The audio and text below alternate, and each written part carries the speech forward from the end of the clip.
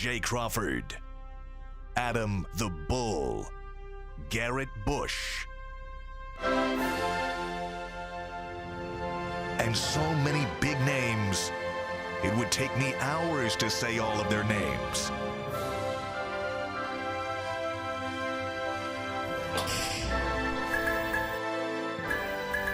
The ultimate Cleveland sports show. Booyah!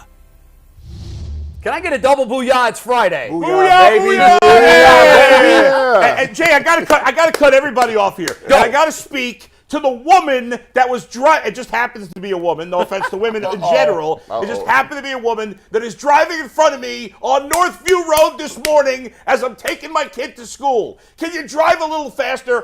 What's with these people who drive like 15 miles an hour? I understand it's a street.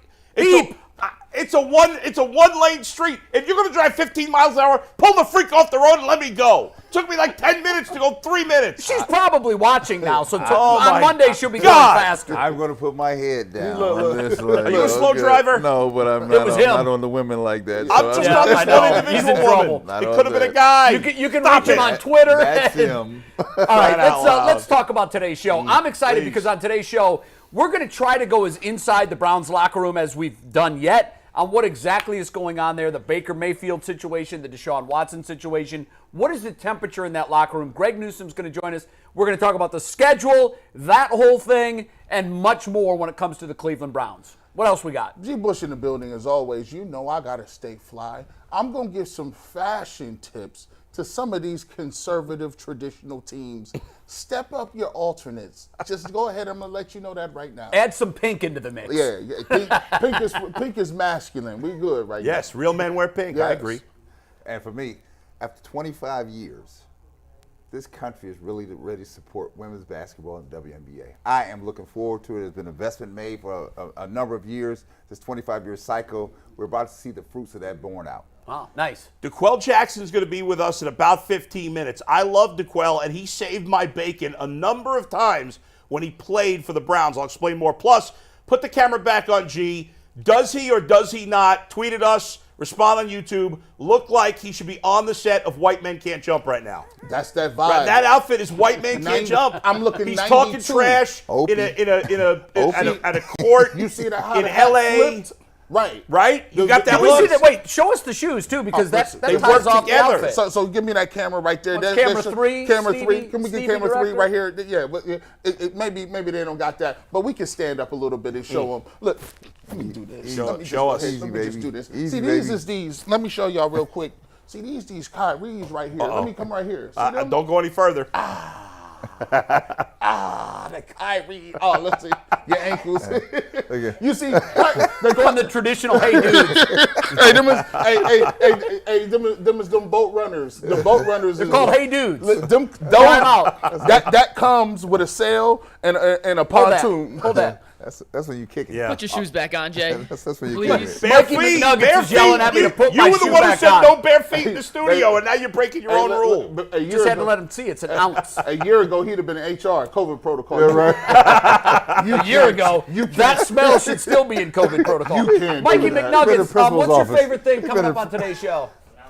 We have everything coming on today's show, breaking down the Browns schedule, literally everything you want. Yeah, we got. And one thing on G shoes, I love basketball shoes. The Kyrie is my favorite shoes to play in. Yeah, they're not bad looking. I got to give them props today. I got him props. We're going to start with the schedule release.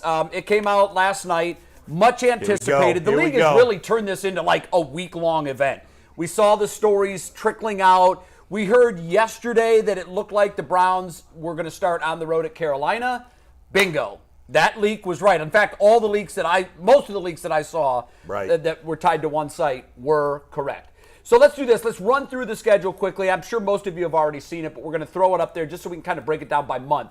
I like to put the season into 4 quarters, just like a game. Yeah. The first quarter, second, third, fourth.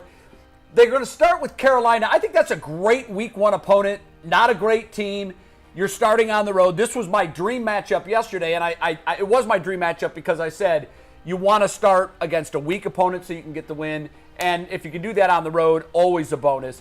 then the Jets, then the Steelers, which you said yesterday aren't the Steelers of old. Yes, I agree. I think it's a pretty if you're looking for a favorable schedule, unlike when I was like, I want to play a good team. Pretty favorable September. I think they could go 3-0 there. Yeah, they could go 3-0. And for me, that's an easy schedule, no matter who's at quarterback. That's their easiest month, no doubt. Okay, yeah. Well, it does get tougher as it goes on. We set out last year, and we had arguably the worst schedule for a team in the NFL because we were hammered every week. So this time coming out to get out the gate with Carolina, and it's coming with the Jets next, we have a chance to ramp up here, right? Especially understanding all the circumstances that we're dealing with right now. We don't know about who's going to be there. We'll talk about what we think's going to happen in the schedule. Let's go to October now. And I think the theme to the schedule, guys, correct me if I'm wrong, is it does get tougher as it goes. It does. So you get the easy month of September. Then you're at Atlanta. That doesn't scare anybody. Nope. The Los Angeles game is going to be great. I think the Chargers, they're going to be the sneaky pick in the AFC this year for me anyhow. New England pounded the Browns last year. I think they were ultimately a better team than they finished up last year. That's not going to be easy. Then you're at Baltimore, and then you get Cincinnati. That game, put the double circle around that one. That, for me, is my most anticipated game of the season because of when it lands, Halloween night. Prime Guys, time. when I saw that game on the schedule, I went nuts. Yeah. Battle of Ohio. Think about it. How often have the Bengals and Browns been good in the same year? Not very often. Very rarely happens. Got to go back to Bernie and Boomer. Bernie and Boomer, right? Mm-hmm. It's almost never happened since then. I think they're the two best teams in the division. We never know, but with the big caveat that if Deshaun Watson plays. Sure. If Deshaun Watson plays 17 games, I believe, and we were talking about this before the show, Bengals and Browns are neck and neck. Sure. And that Halloween Monday night in Cleveland, oh my God, that's going to be crazy. There will be beverages flowing at the beginning. October got real. It did. Real. So now we went from like the sort of the warm-up stage, right? Now we're into a really dicey month, and now let's go to November. Guys, I do think that is the theme is as it goes on, it does get a little better. We're going to see the week 9 will be the bye for the Browns. Yeah. Then you've got Miami. Guys, that Miami defense last year, I think the most underrated defense in the NFL. They brought the coordinator back even though they made a change at head coach. They've got talent on that side of the ball. Then you're at Buffalo. That, for me, is probably the hardest game that the Browns will have on their schedule. And then week 12, Tom Brady's coming to town. Yeah. The only thing we can hope for, and he's played in snow and bad weather in New England for years, but when you move to Tampa, I can attest to this, your blood thins out. So my hope is when he comes back, he's 45 now. Yeah. 30 degrees at 45 feels different than it did when you were 35. So November is a bear, guys. Well, every month the Brown schedule is really ramped up here, and so we better get the early ones in when we can. Rack up the wins early. And as we get to November, that's a tough dog sled here now. It and is. then we could be dealing with a variety of quarterbacks playing here. And then we still have to play with confidence because we struggled at times last year, no too. doubt. Especially since coming off the bye. That Miami game at Miami, that could be a hot game. You haven't been used to the heat.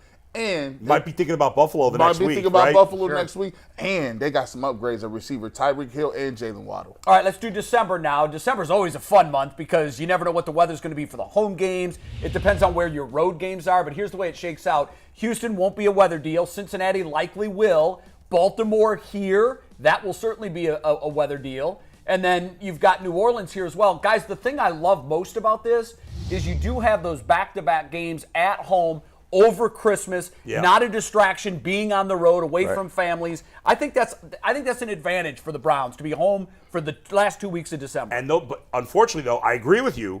But those are their only 2 home games in their last 6 games total. Which 4 of the last 6 on the road. That seems odd, doesn't it? It does. They have a lot of home games early. I mean, we've seen it. Beyond the September, like even into October, the first couple of games, the Browns may be favored, except for maybe the Charger game, but that's at home, maybe in their first 6 games. Yeah. I think that's very likely. Yeah. I think that's likely. Let's go to the Houston game. How intriguing is that game? Especially in Houston. If Watson is Watson's under center, right? There's going to have some extra added firepower to that game. Sure. But that could set the tone for you for the final month here. Right? It could be a very important game to the Browns. Either he throws for 500 and runs for 100, or he plays terrible in that game. I don't think there's a middle ground with that. It's an extreme game. No in between. No in between with that. All right, let's throw up the January game. So here's what things looks like in January. You've got the Commodore. You're actually in Washington on the 17th, and you're at Pittsburgh on the 18th. You mentioned it, Bull. You love being home for the last 2 weeks of December. You hate closing the season with 2 games on the road because every game counts the same. No game is more important than any other. Yeah. But the reason they play differently as the season goes on is because you know your situation.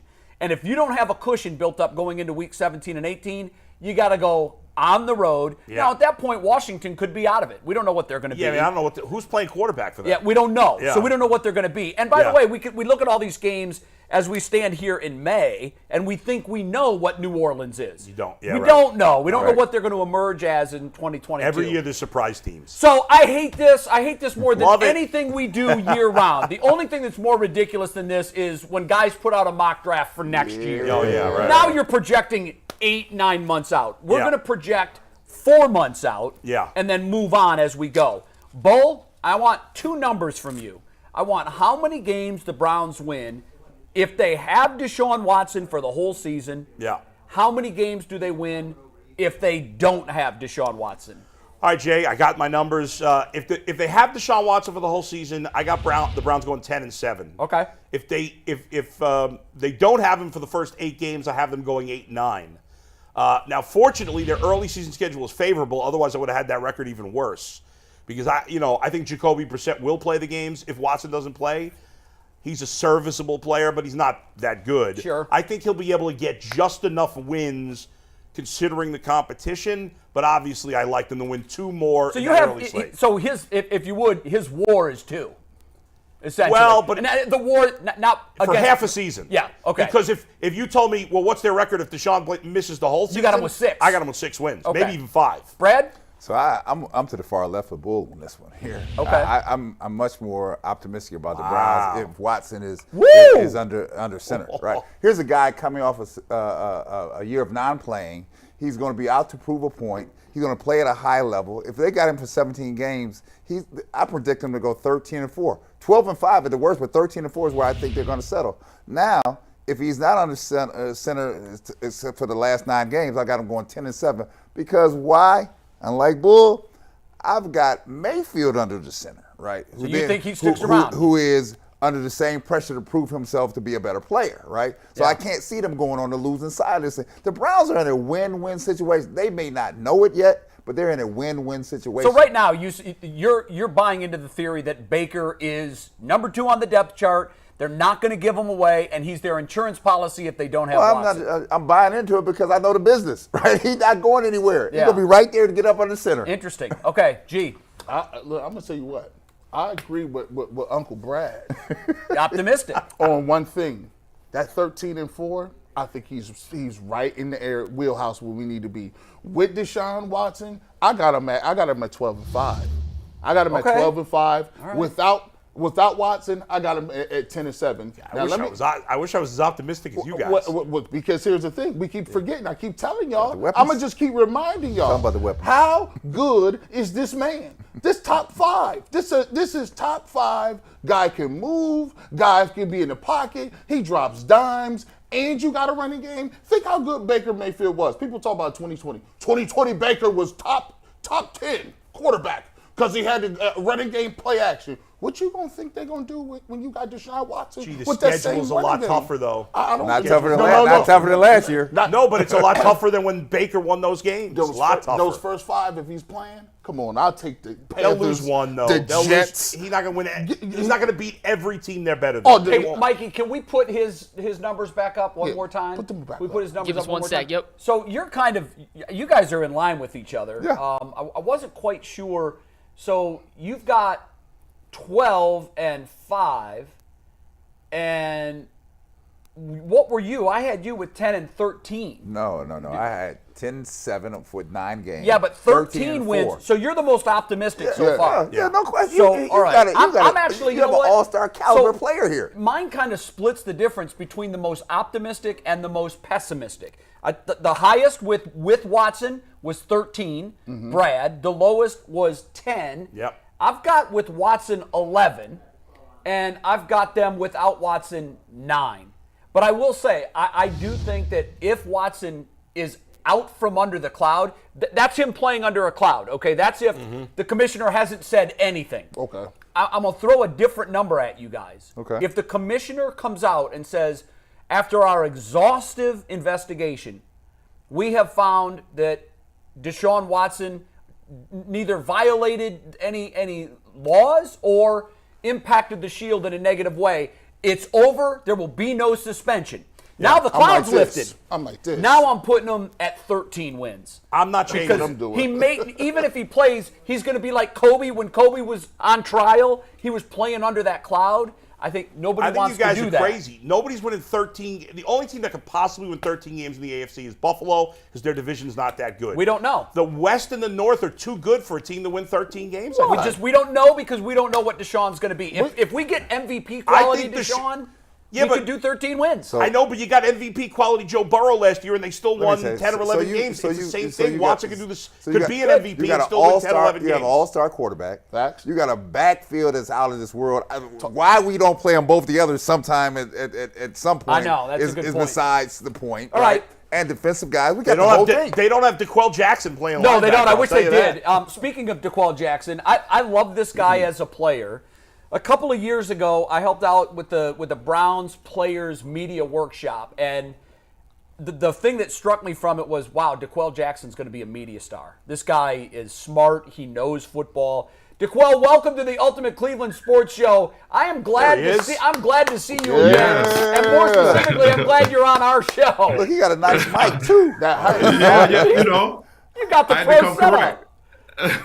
Hey, it's great to be here. Great to talk Browns football. And Jay, it's always great to see you, brother. Hey, listen, I want to dive in right away with your thoughts of the whole schedule game, and I want your honest answer. Did you ever do that as a player? Do guys do that in the locker room? That's a good question. Do they look at the schedule and do this insane ritual that we do? Oh, yeah, absolutely. Absolutely. And for the guys who tell you they don't, they're not telling you the truth, because you look at all the teams that, whether you were on the team before, you look at all the teams that you have played for, when's your revenge game? When are you going to get back at these guys? So absolutely. A part of the schedule is part of planning. You look at when the bye week happens, because you're trying to set up a trip, a small trip if you can, and in your mind as a player, you're computing, okay, which games are the must-haves, which games are going to be the toughest, and you kind of formulate what we're doing now is talking about a schedule. So absolutely, players do it all the time. Did you play the game with this year's schedule? What are the Browns? Oh, yeah. So I went back and forth. This was tough. So with a healthy Deshaun Watson, barring he's going to be playing for his reputation, playing for his livelihood, I put him at 11-6. Oh, 11-6. The first, reasonable, right? Yeah. So the first 4 weeks, I feel like they should be able to handle the Panthers, the Jets, the Falcons, Steelers. But right before the bye week, that's when the schedule gets tough. And I look at what Deshaun brings, right? Okay, we know what he can do with his arm strength, with his leg talent. But you look at that two-headed monster you have in your backfield. How's the ball going to be, shared between Kareem Hunt and Nick Chubb? So I feel like that's going to be the rough part of the schedule. After the bye week, they'll catch their footing a bit. But 11-6 to me is reasonable and not overly overly confident, because, again, they play in the AFC North. It's a crazy talented conference. You have down the road, you have Joe Burrow, who played in the Super Bowl, for Christ's sake, last year. So it's going to be highly competitive within the conference, but the out-of-conference games, in my opinion, will be the difference. What do you have them going without Deshaun Watson? Without him, maybe 8, 9, 7 to 8 wins. Yeah. Okay. Yeah, and that's saying, okay, without Deshaun Watson, Jacoby Brissett, I've seen a ton of him with Indianapolis Colts. You know what he brings. He's a steady guy. He's sort of a bridge quarterback. He's not your long-term answer, but he is an answer for the short term. But the elephant in the room is Baker Mayfield. Right. What do you do with him? Oh, there you go. So here's the way I see this kind of playing out. Right now, during this time, it's voluntary. So he's doing the procedural side of things, right? I'm not going to show up. I'll show the organization I'm disrespected. I don't like what's going on. I get it. But I don't see Baker Mayfield missing training camps, practices, games once we get into the fine stage. So he could very well be playing if he wants out of Cleveland, if he wants to go to have a new home, he needs to play.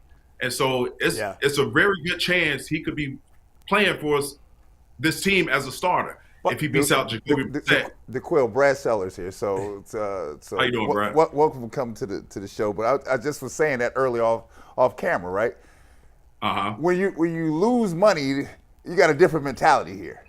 Absolutely. I see him, if I was in Chicago, I see him under center because he's not going to miss that money, right? You just giving money back away for no reason. But he's immature. Brad, you and DeQuell are mature. Listen, Baker's immature. You still got to eat. He's still got to eat. His family still got to eat. He's fatter than me. He's all right. Right. His feelings are hurt right now. His feelings are hurt right now, which as a former player, you understand that. That's fair. That's a fair emotion. But once you get over things and you start talking to your agent, okay, what could possibly happen? What are the best options for me moving forward? It may not be what he wants, but there's a good likelihood he can end up back in Cleveland. Well, he's still under contract, but he could be playing to get out of Cleveland. So he's got to come to grips with that. Now, it's not the ideal situation, but in order for him to raise his stock, he's going to have to play, whether it's with the Browns or someplace else. I agree. DeQuell, this is G. Bush here. Kind of piggybacking off what Brad said, because I think he hit something a little bit. We've heard the rift. Like, we've heard about the rift between the locker room and whether Baker's lost the locker room, or if that even came to a point, would he be welcomed back into the locker room? You're a defensive guy, right? You know how it is in the locker room. Defensive guys spend most of the time with each other. That's who you see. You don't really see the offensive guys too much because you're just so an individual. So do you believe that if it came down to that as the season goes along and training camp starts, that the defensive guys, the defensive leaders, will open their arms and accept them back into the locker room, or do you think it's too far gone? Without a doubt, they would open him with welcoming arms because we all understand as players the formality of the business side. And unfortunately for Baker, he's going through it right now, and it's on display for the entire world to see. So, it's hard not to root for a guy who was a walk-on, who ended up winning a Heisman, number 1 overall pick.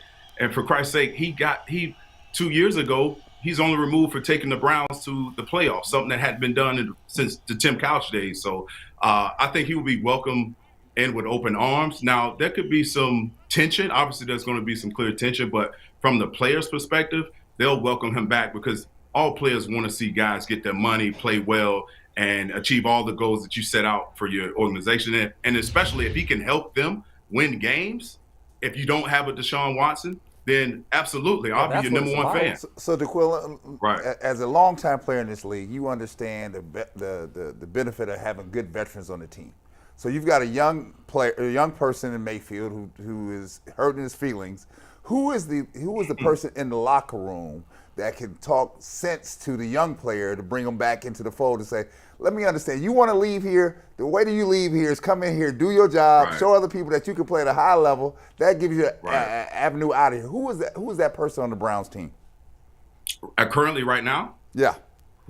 Man, that's a tough one. It's all about personal relationships that he may have. Someone that's tough to say. It's really tough to say, and I'm probably sure it's from someone that we don't even expect. It could be a low-level guy. Maybe it's someone that's not in that building.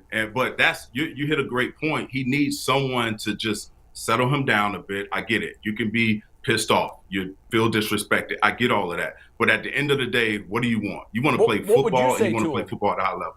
I would tell him, you know what? Take as much time as you need. Let's stay in contact with one another. And if I'm a veteran on that team, I'm telling them, listen, this is the business. Unfortunately, quarterbacks typically don't have to – there's no rift like this. They typically take care of quarterbacks early and often. So this is territory that myself and a lot of your other buddies on this team have to deal with on a year out and year in basis. So I would tell them, listen, you want to play football. Come back, take as much time as you need, but we need you. You could help us. And if it's not for you, then you got to do what's best for you. But for right now, don't cause any other problems that wouldn't allow you to be welcomed back in this building. Great insight, obviously, into the locker room from DeQuell. I think in the end, Baker's going to get traded before it comes to this anyway. So he's a good quarterback. He's a starter in the National Football League. It's just when you're in a situation with Andrew Barrett, when you have a guy as talented as Deshaun Watson floating in the air, outside of 5 or 6 teams, you have to kick the tires on whether or not, this guy can come help your organization. Now, Baker is a star in this league. However, Deshaun Watson is a different tier quarterback. No doubt. I think all that's true. And DeQuell, by the way, when DeQuell was playing for the Browns, we used to do a segment on my show called Good, Bad, and Ugly, right? Mm-hmm. And the Browns, as DeQuell knows, unfortunately, pretty much sucked the whole time he was there. And every week we'd be like, "Oh, who are we doing on good?" I'm like, "Well, we got DeQuell and we got Joe Thomas, and that's about it." Joe Hayden. There was Joe 3 Hayden, guys. Yeah, we every week DeQuell 14 tackles, 16 tackles. I mean, he was putting up those monster numbers, but that had to be so frustrating. I know it was for Joe at times. How frustrating was it? You're playing great football personally, but you just didn't have the talent around you. Yeah, extremely frustrating. But you know what? Every year you thought. I saw Joe on this show, earlier, and every year you thought was going to be a different year. You were going to take that next step, regardless of what last year's record was. You thought you could win a Super Bowl, and that was the mindset I had, Joe Thomas had, and anyone that I was a leader of. That was the mentality that I was going to come in and bust my tail to not be part of the problem, be part of the solution when we turn things around. But it was extremely, extremely, extremely difficult. And early in my career, I didn't know how to handle it. I remember doing a radio show, and I realized quickly I would do a radio show once a week in Cleveland. And I realized after the 7th or 8th week, I was doing more defending myself and other players than I was talking about the actual game. Yeah. So I realized quickly, I was like, you got to have a hard shell to play in this city. Absolutely. And you got to bring your hard hat to work every single day because the fans will let you know. And the players who walk into that building, they know if I'm one of the leaders, I'm going to outwork everyone on this team. And that's what we expect of you, regardless of the record. And the fans loved DeQuell because he brought his hard hat every week worked when other guys didn't. I tried. Yeah, no, you did. You did. You brought it every game. We loved watching you play. DeQuell, getting back to the Browns record, your prediction, I had the lowest prediction on the dais. Even if Deshaun Watson plays, I had them going 10-7. And it's not because I don't think Deshaun Watson's great, because I agree with everybody. I mean, he's one of I don't know if he's the 4th best or the 5th best or the 3rd or the 6th, whatever. He's one of the elite quarterbacks in the league. However, as you alluded to earlier, the division is loaded. The whole I don't know if we've seen a better AFC. There are so many great quarterbacks. I don't know that any team in the AFC, because these guys, Brad picked the Browns to win 13 with Deshaun, and I'm like, there's so many good teams. How's anybody going to win 13 this year in the AFC? It's too tough.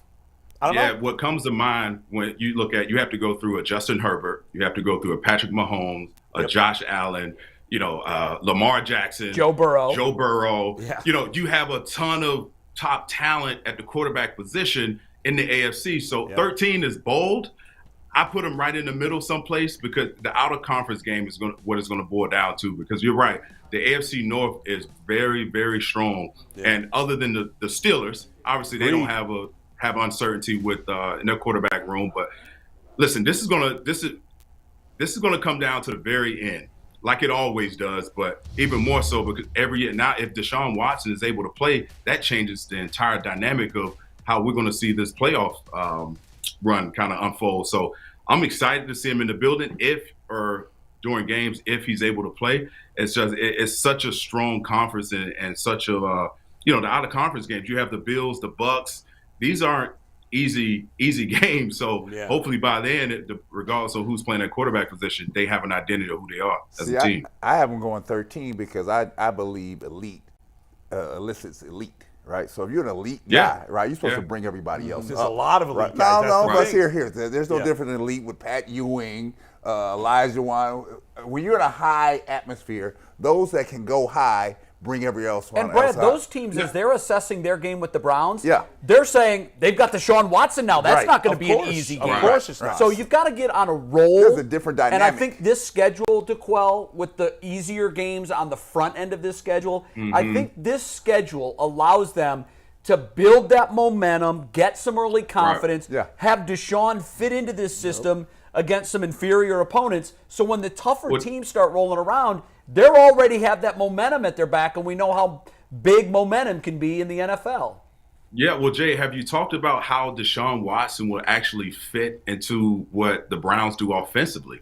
With Baker Mayfield, it was a run-centric type of offense. And so you add Deshaun Watson and his ability to throw the football and create with his arm and his legs. What do you do with those guys? Right. So I'm actually there's a concern there. So you're right. The first part of the season, I think, you try to figure out who your football team is. And as you get to the thick of your schedule, you start to understand, okay, what do you do well and what do you don't do so well? And right now, you have some young studs, some young guys on the outside, pass catchers. You drafted David Bell out of Purdue. So this is going to be very interesting to see this unfold. However, the Browns they're in a great situation.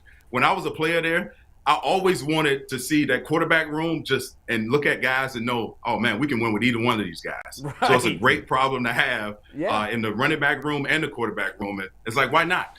Why not? Some guys may not be able to handle it, but we'll see. I want to check your pulse on Kevin Stefanski because he really impressed everybody in year one, coach of the year. I thought his genius credentials took a step back last year because I watched too many times the Browns have their best player on offense, in my view, on the sidelines in some of the biggest. Oh my God! Yeah. It drove me nuts, DeQuell. Why can't we put both these guys on the field at the same time? And am I just a raging fan who's losing sight of reality, or is there something to this? You've watched a lot of football, and you've forgotten a lot of football that most people know. So yes, it was a problem we all saw. It's like, why are your best players on the sideline in critical moments of the game? What that tells as a player, if I'm seeing that tells me there's something going on here. There's something not quite right. And whether obviously it boils, Kevin Stefanski is the product of that, but you got to figure out a way to get your playmakers the ball. Hell, we got a ton of them. So you got to figure it out. That's why you're in the role that you're in, to figure this out, because that's a great problem to have, and it's a problem that most coaches will love to have. And this year will be telling. Again, you have Deshaun Watson on the roster. If he's able to play, can you utilize and maximize his potential and the team's potential to use these star-studded players? I agree with you wholeheartedly. All right. DeQuell, I talk about it a lot. We go to the other side of the football in Joe Woods and his defense. And, I was critical after the Kansas City Chiefs lost a couple years ago in the playoffs. We couldn't get off the field. We 3rd and 14. Right. We let Chad Henne scramble. But I thought Joe Woods came back and did a nice, solid job in terms of, getting his team ready to go, more pieces and parts. When you were a linebacker, did you want to attack, blitz more, be more aggressive, or were you? Because you guys played the 3-4. You guys did a lot of things. You dropped in zone a lot. We were very vanilla at times. And if I could add to that, because yes, I hate it. As a defensive player, you want to play behind the line of scrimmage. You want to impose your will on a team.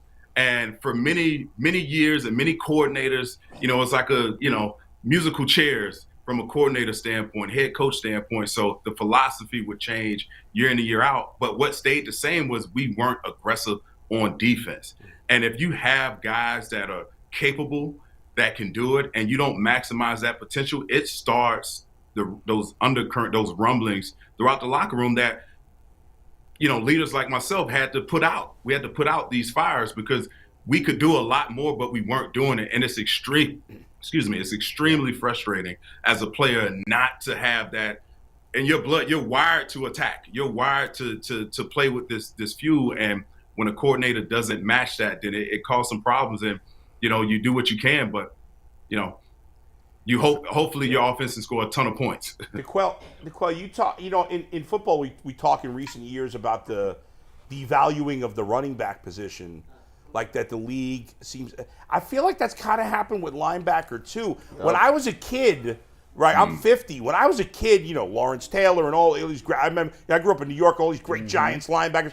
Like I felt like linebacker as a kid, maybe I'm misremembering, that was like the most important position. The middle linebacker was nothing more important.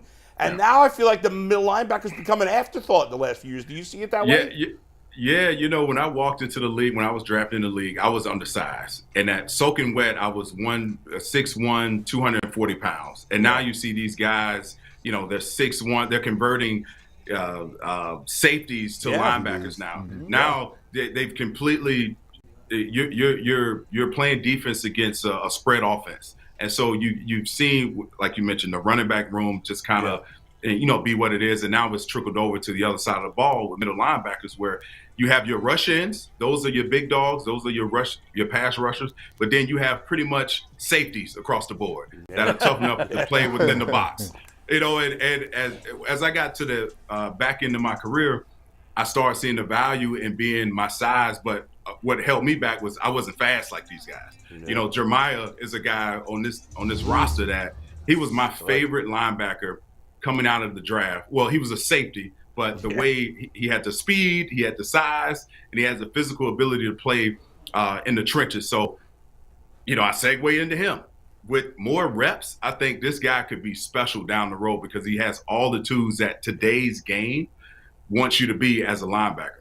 Yeah, we saw that last year. He can take overtime, which is just incredible. Yeah. By the way, Jay, we got to go back for 1 second because these guys showed a picture of DeQuell at an event like where he's being celebrated by the Browns, and his head is shaved. Yeah. He's looking good in that picture. My God, man. We always look at him. He's pretty. He's such a good-looking guy. G and I were talking about this the other day. When black guys shave their head, they look good. 95% of black guys look good with a bald head. When white guys, look at him. Yeah. He's a beautiful-looking man. White guys, you know what? When white guys shave their head, we look like idiots. You look like Kojak. We're terrible. Dating myself. You know what? I knew I was going to, I was getting, highlighted there. So I spent a lot of days on the Peloton and a lot of days. It's like before you go to your class reunion.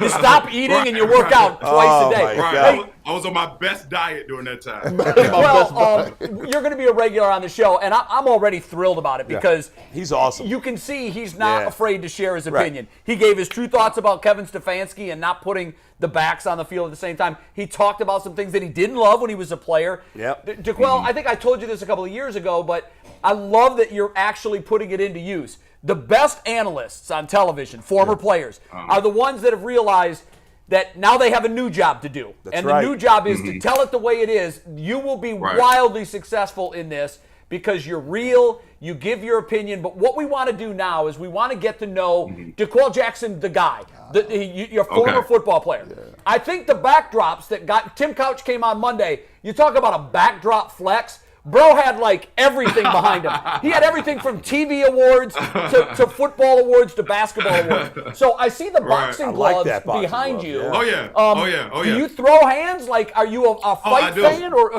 tell us all about it. Yeah. So there's a woman here in the DMV area. I live in the Washington D.C. area. She's in the hall. Her name is Israel Wimp, and she used to train me when I was playing.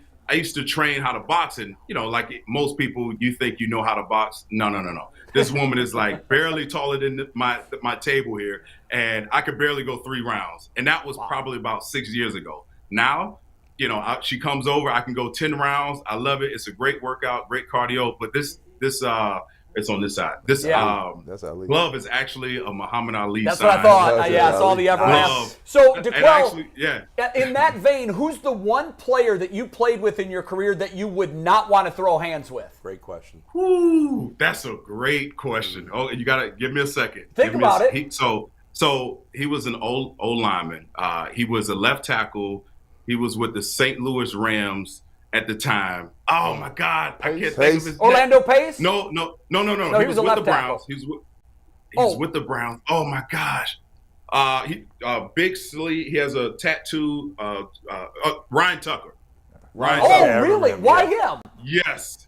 Listen, I was a young, kid at the time, and he never smiled, and he would just melee guys during practice. And I remember one time I got into a scuffle where I may have, touched him when I wasn't supposed to, and he gave me a death stare. And I remember thinking, I'm like, I can't take this dude. Even if I had an army, I couldn't take him. So I just, he always scared the crap out of me. And he was just a tough guy, just old school, one of those old school left tackles that could, when he put his hands on you, you weren't going anywhere but where he wanted you to go. The So kind that we wakes ended up up becoming angry. really good friends. You know, you got to promote, my brother. You got to get on here. Tell us about your podcast, man. Yeah. Yeah, definitely.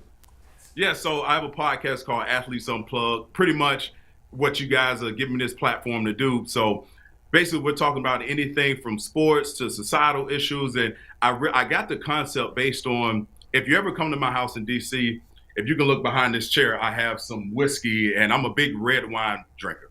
And so if you come over the house, I usually have a cigar. We go by the fire pit.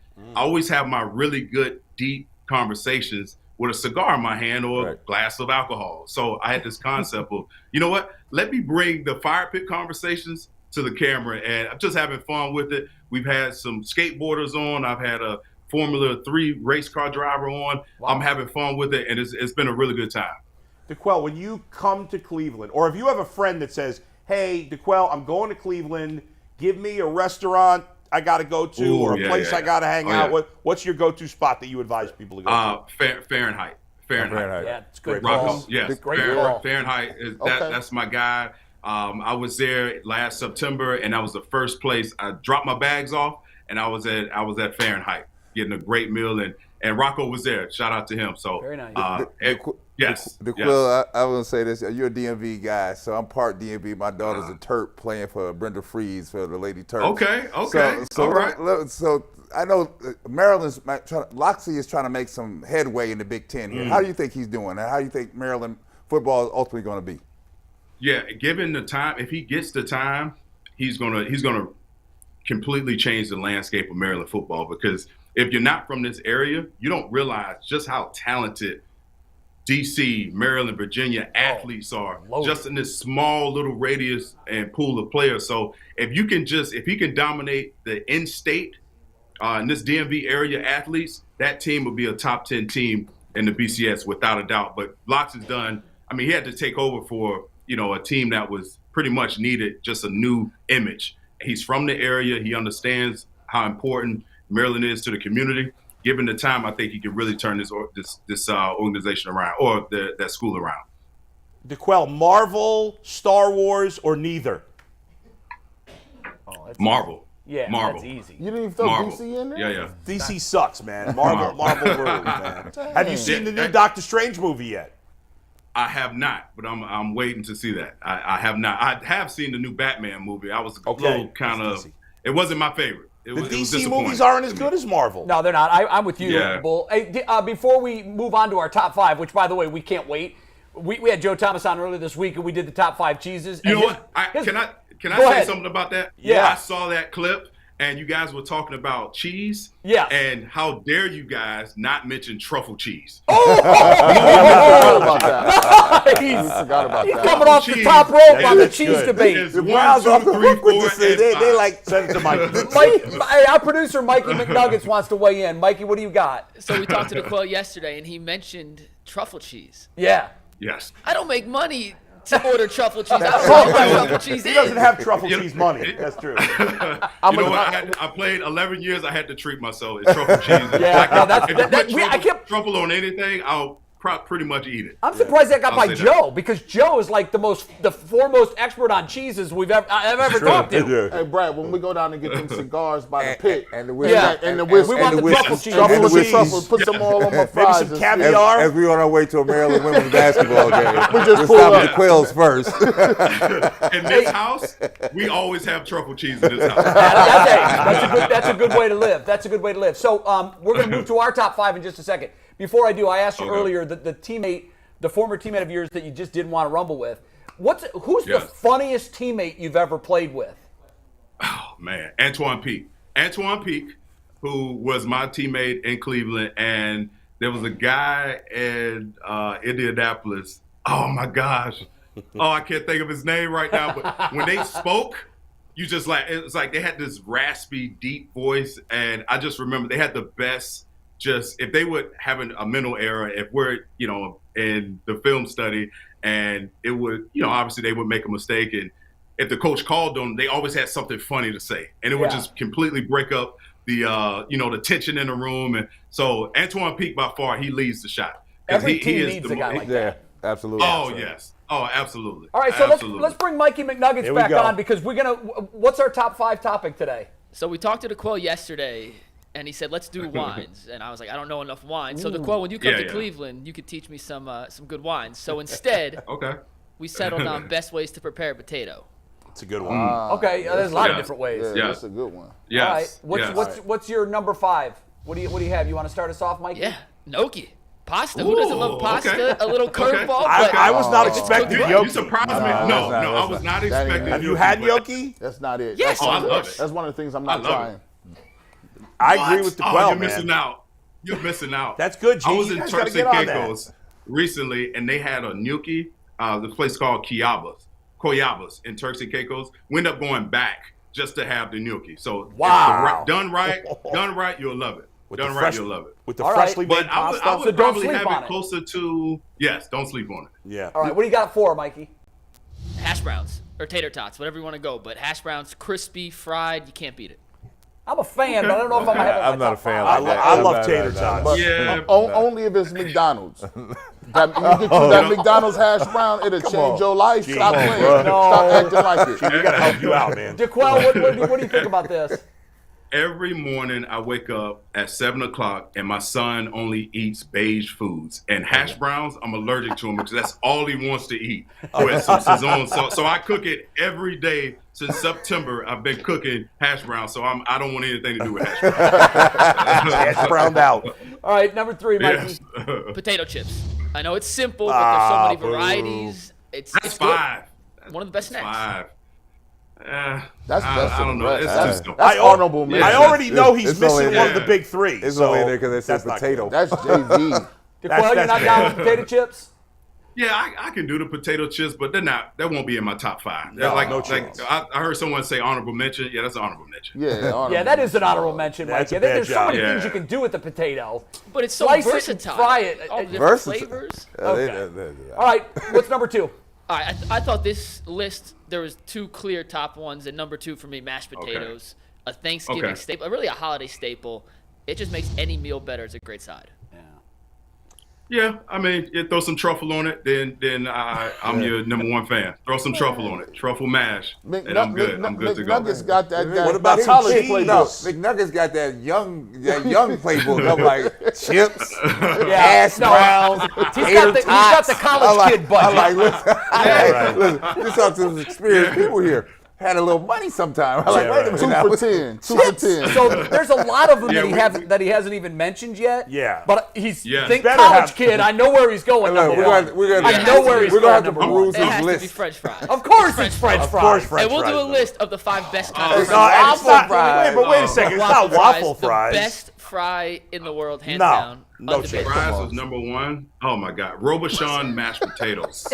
Yes. I'm gonna, the whipped mashed potatoes. That's not on your list. Oh my goodness. Come on, man. Yeah, I know. Yeah, we have to upgrade your palate, man. We're gonna have to upgrade your listen. palate. And those Where aren't do you even the go best from fries with gnocchi? steak fries. First of all, we have to apologize to DeQuell, right? We're Yeah. gonna have to start. We have to check his list before we come out. Yeah, here. we gotta We're class wait a the minute. joint Hold up on. a little bit. That's the young list. How do you not have a baked potato on there? Baked I potatoes, know. number Yes. 6. Honorable mention. Honorable mention mention over over Oh baked my God, potato take the chips. chips out.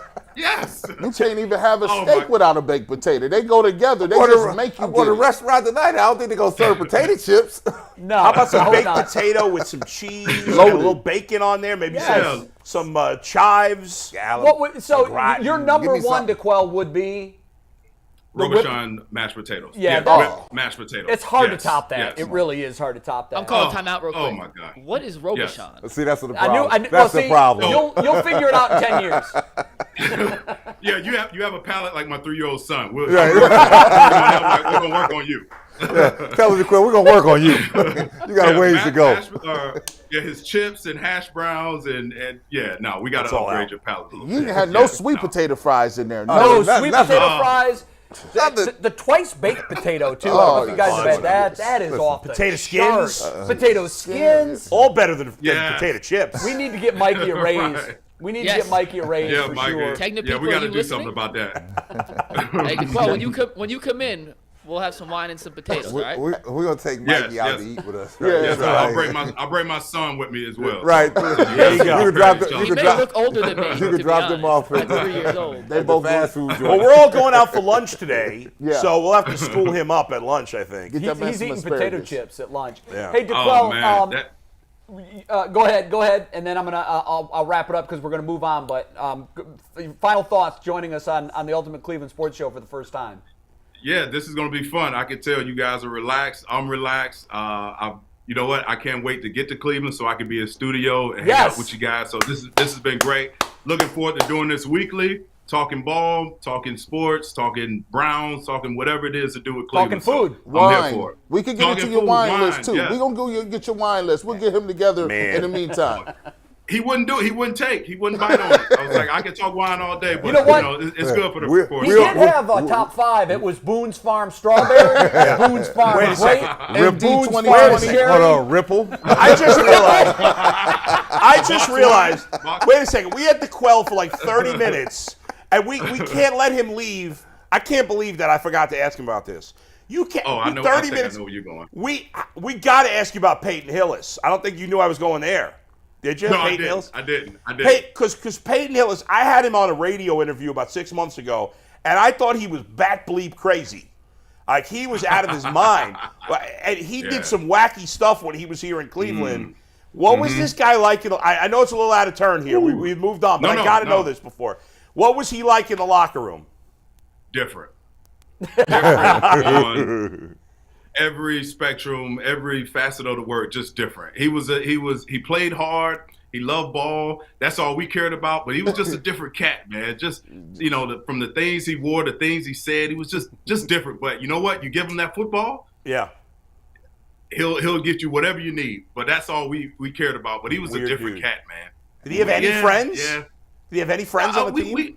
No, he was a likable guy to be around. It's just when you start diving deep into the things that he was into, it's like, man, what the hell are you talking about? You start backing up like, hold on, player. That's not my plan, buddy.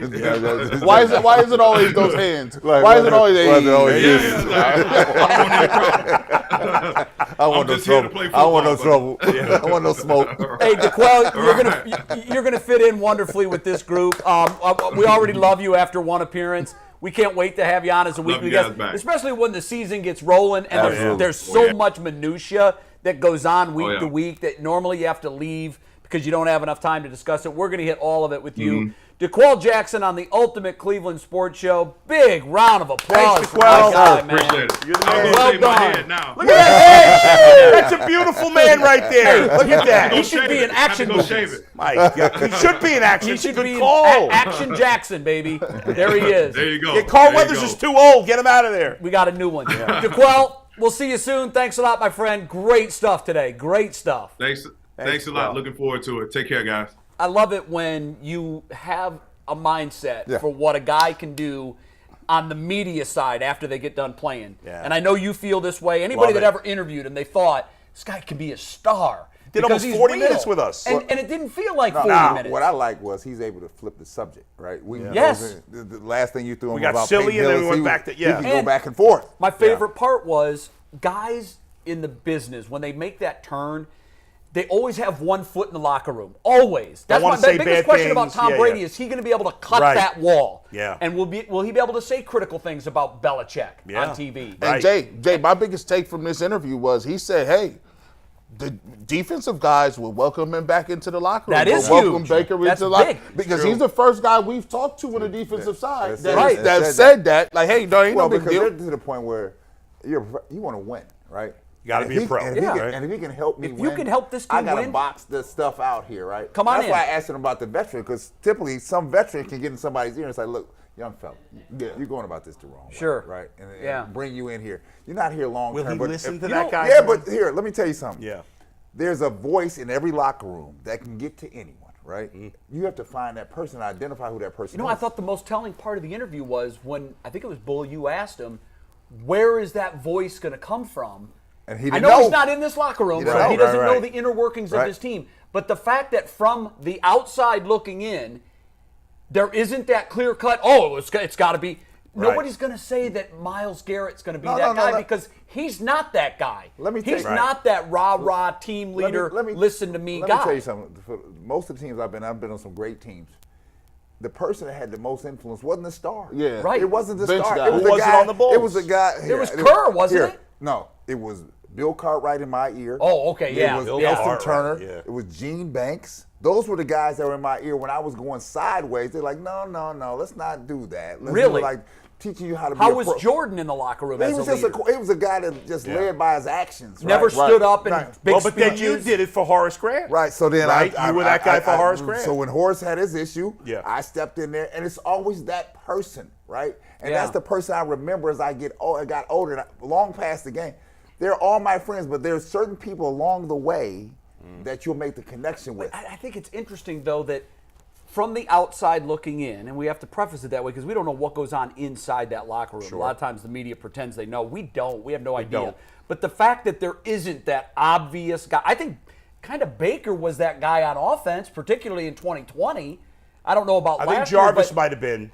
Yeah. I think Jarvis was early, but then he kind of took a back seat. It's almost felt like this is Baker's team. Yeah. He's doing the pregame, fire him up, let's go. And I don't know that the defense has that guy. It's hard for offensive Petonio's a linemen. quiet leader. It's hard for the offensive linemen are like they're just together. They're like one unit. Those guys are even to themselves, off to themselves. And you look at the three best players on the Browns. I'll leave Watson out of it for now because he hasn't played. Petonio, Chubb, Garrett, none of them are that type of guy. They're not that kind of people. And they're the three best players. So as Brad said. And by the way, leaders are born. Yeah. They're not anointed. They just they step up and they're leaders. Right. And I think Anthony Walker, the linebacker, who's not a big name. I've heard he's that type of guy. Yeah. Take charge guy. You know what? I'll tell you what. We'll let Greg Newsome settle this. Okay. Because we're going to take a quick break. When we come back for our second hour, Greg Newsome's going to join us, and I'm sure he'll have some thoughts on who that leader is. Who's the voice of that defense aside from the coaching staff? We're going to have that question for him and many others when the Ultimate Cleveland Sports Show comes right back. Hi, my name is Jay Crawford. I'm a lifelong Cleveland sports fan. My favorite all-time Cleveland sports moment, you're not going to believe this, it was Rajay Davis's home run in Game 7 that tied the score. My favorite Cleveland sports moment would have to be the Kyrie Irving 2016 shot. It's the only time that I've ever cried over any sporting event. And my ultimate Cleveland memory is when the Cavs won the championship and the day of the parade. It was one of the greatest experiences I've ever had in my life. What matters most to me is family.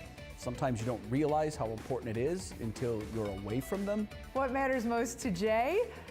His family. He is a big family man. What matters most to me? My family, my safety, your safety. I think the thing that most impresses me about Betsy is her versatility. Give her any assignment that involves going in front of a television camera, and she's going to knock it out of the park. What's new with Betsy and Jay? Weekdays at 5 on 3.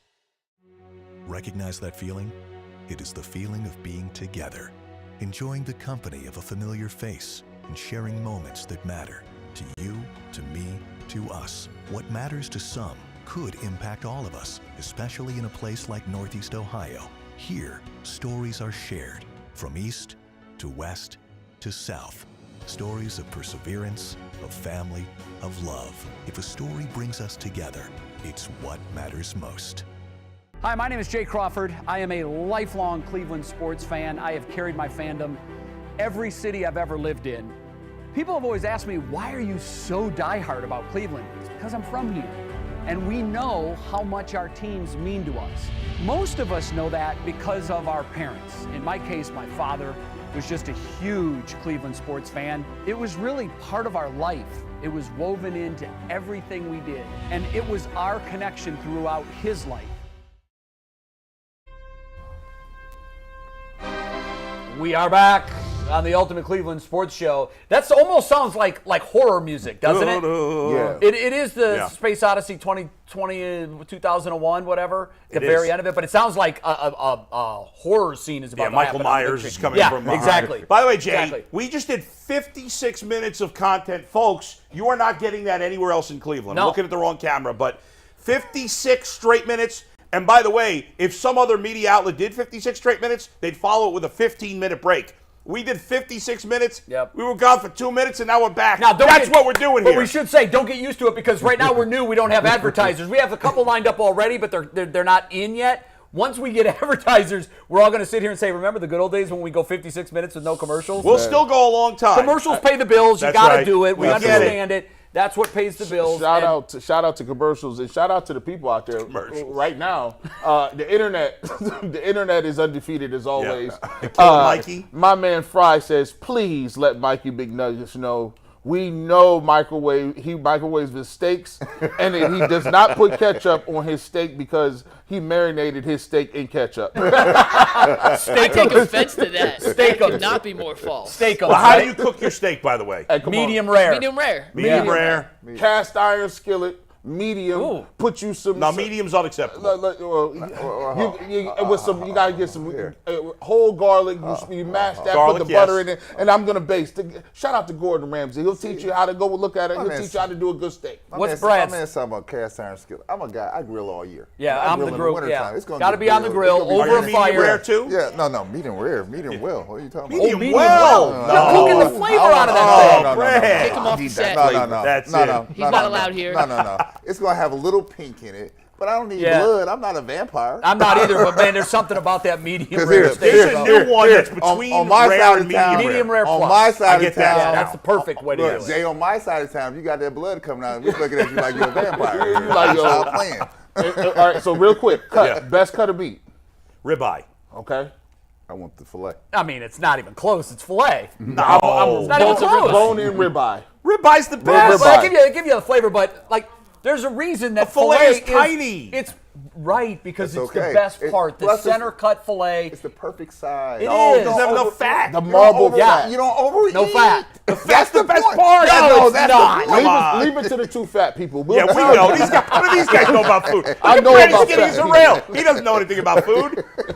Ribeye, baby. Yes, sir. You know what? time. My favorite part of this week so far, and first of all, tomahawk steak. What is that?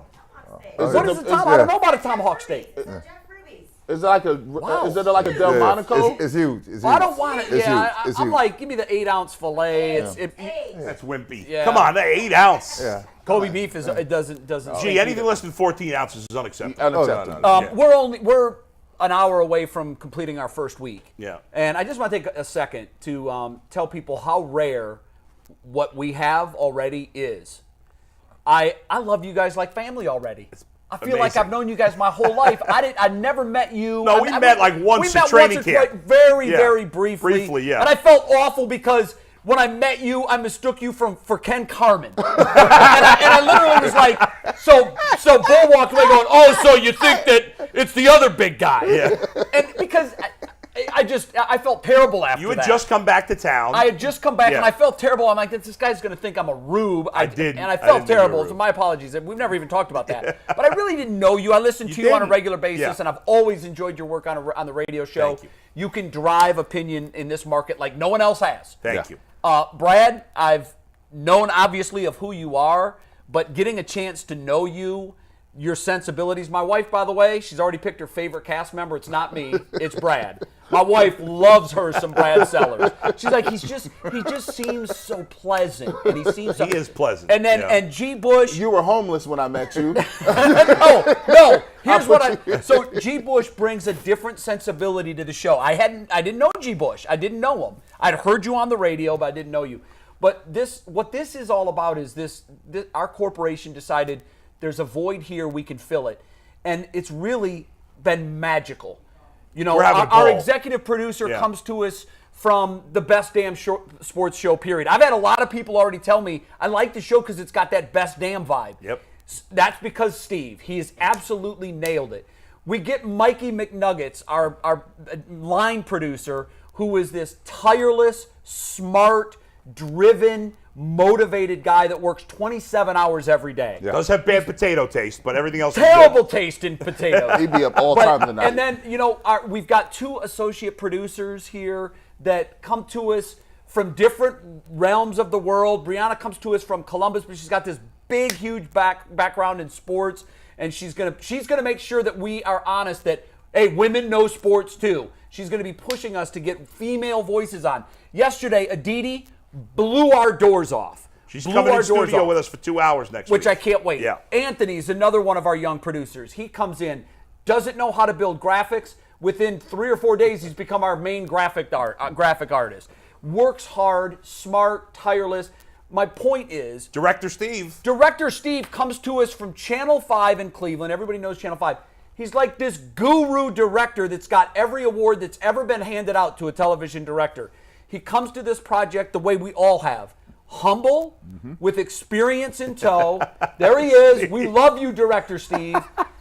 My point is, Brad comes to us. We've got DeQuell. We've got Joe Thomas. Help me, guys, as we go. Tim Couch. We got Aditi. We've got Tim Couch. We've had Bernie Kosar. We know it sounded bold and boastful when we said the ultimate Cleveland sports show, but that's what we're going for. And I'm stunned that in 5 days, I'm super proud of all of the work this group has done. Yeah. Tyvis Powell. Yeah. I love all of you guys like family. We already feel Mike Polk. Yeah. We already feel like a family. Yeah. And it's incredible to me. I was just saying to my mother yesterday, I said, G and I have known each other a long time, but because he was working a full-time job, he could never fill in the afternoons. No. Yeah. He could never, so we didn't actually work together that often. You worked at the same I've place. known him for years. Yeah. But we always liked each other. We had a good relationship, but we never really worked together. Brad and I did a couple of Les Levine, the Jewish breakfast. Yeah, exactly. and we did that, and you and I met at training camp. Right. But none of us, outside of G and I, a tiny bit, we hadn't worked together. No. And it does feel like we've known each other a long time. I'm having an absolute ball. I never thought I'd want to do TV, and when Steve called me about this project, and I already know you two guys were involved, and then you guys both reached out to me, and I was like, this sounds like so much fun. And I know you guys are saying it already. Yeah. I've had such a ball. It's lived up. Such a ball this week. It's been great. It's extended family because with everybody that's on here, we all have relationships, right? Mm-hmm. We can reach into our own back. So people here, they're going to see and hear from other people that you would not see in another market. You're right. right. We're going to pull some people out the bag. No, you're I know I'm absolutely going to right. pull some people out the bag. Yeah, right? well, I hope so. Let's bring Mikey in. Mikey said that he's got something for us. Yeah, you talk about this being a family. I want to read a text from DeQuell that he sent a minute ago. Okay. Yeah. That was a blast, guys. Next Friday, I'll end the show with whiskey or a glass of wine to teach you what it's all about. Right, man. Even the guests. It's an extended family, and it's growing day by day. You're welcome. Well, we Love heard it. from Joe Thomas after he came on. It was a blast. He had fun. Aditi as yesterday well. said she had we can't wait to get her in studio for the whole Yeah. 2 hours. So our goal is to... Chris Berman gave me the best piece of advice that anybody in the business has ever given me. Right before we launched Cold Pizza, I said, just don't overcomplicate it. Give me the thumbnail, how we make this thing work. And it was very simple, and he's right. Have fun, and the audience will have fun watching you, and that will make them more likely to come back tomorrow. It's really that simple. Laugh, enjoy yourself, have fun. Tyvis said this was a dream come true for him to sit in on this panel. This is a guy that's won a national championship at Ohio State. He got a ring. So we've got him coming from all corners. Tuesday of next week, we're going to have a longtime friend of mine on the show, Maurice Clarett, who really, if you're looking for the poster child, a lot of guys had their lives derailed because they took things at the NCAA level that they weren't legally allowed to take. He might be the poster child for how his life came completely unraveled because he tried to monetize his name, image, and likeness. He was in a long-time spiral that led to a prison stay. Nobody has climbed up out of that spot better than Maurice Clarett. He's going to be here next week because he's going to tell us about perhaps some of the pitfalls to this new NIL that's coming to Ohio high schools. It's likely to pass the vote on Monday. Chris He's going to be Holtman here as well. Tuesday. Chris Speaking of Holtman's Buckeyes. going to be here. Yeah. And So- I tell you what, man, especially you very rarely see a show or something that is speaking directly to certain demographics. There's been so many times that people say, man, the African American community has been left out. We don't have a voice. We don't have guys that are on TV. We don't have guys that are on the radio. And to have an opportunity to be able to get a guy like Maurice Clarett to come in here and tell his story that's from the inner city Youngstown, that grew up and just like a lot of people in inner city in Cleveland have, and to tell that story and to show that, hey, look, just because you didn't make it to the league or just because you didn't play in the league 10, 15 years does not mean you can't be successful. One of the most interesting things I'm interested in is the fact that Maurice Clarett, you told me off air, how well he's doing in business, how well he's prospering. Yeah, I didn't know that. So phenomenal story. So when Maurice was climbing out, he did a speaking set for me in Warrensville in front of the community. Terrific and so speaker. Did a fabulous job. But let me just say what I joined the set for here, because I was only interested in one thing, right?